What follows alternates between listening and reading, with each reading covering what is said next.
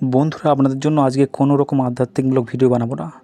আজকে ভিডিও বানাবো একটা অবলা জীবের জন্য, একটি অবলা প্রাণীর জন্য। হ্যাঁ বন্ধুরা, একটা ঘটনা ঘটেছে বাগেরহাট নামক একটি এলাকাতে, যেখানে আপনারা দেখতে পাচ্ছেন যে একটি অবলা জীব, একটি কুকুর জলের মধ্যে ছটফট করছে, কারণ সে দেখতে পাচ্ছে তার সামনে আসন্ন বিপদ। একটি কুমির তাকে খেতে আসছে, কিন্তু ওখানে দাঁড়িয়ে থাকা অত কজন স্থানীয় মানুষজনের মধ্যে থেকে কেউ একজনও এগিয়ে এসে কুকুরটাকে বাঁচালো না। মানুষকে এতটা বিশ্বাস করে এই কুকুর, সে হয়তো সেই মুহূর্তে ভাবছিল যে কেউ হয়তো তাকে এসে বাঁচাবে, কিন্তু তাদের মধ্যে থেকে কেউ একজন এসে তাকে বাঁচায়নি। স্থানীয় মানুষজন বলছে যে কুকুরটি নাকি পাগল হয়ে গিয়েছিল এবং সে অনেক কাউকে আক্রান্ত করে। সেরকমভাবেই একটি নিরাপত্তারক্ষীর পায়ে নাকি সেই কুকুরটি কামড় দেয়। তখন সেই নিরাপত্তারক্ষী পা ঝাড়া দিতে কুকুরটি জলে গিয়ে পড়ে যায়। কিন্তু আপনারা ভালো করে লক্ষ্য করে দেখবেন তো, কুকুরটির পা কিন্তু অচল, ঠিকভাবে পা চালাতে পারছে না। তাহলে সে কী করে এত কাউকে কামড়াতে পারে?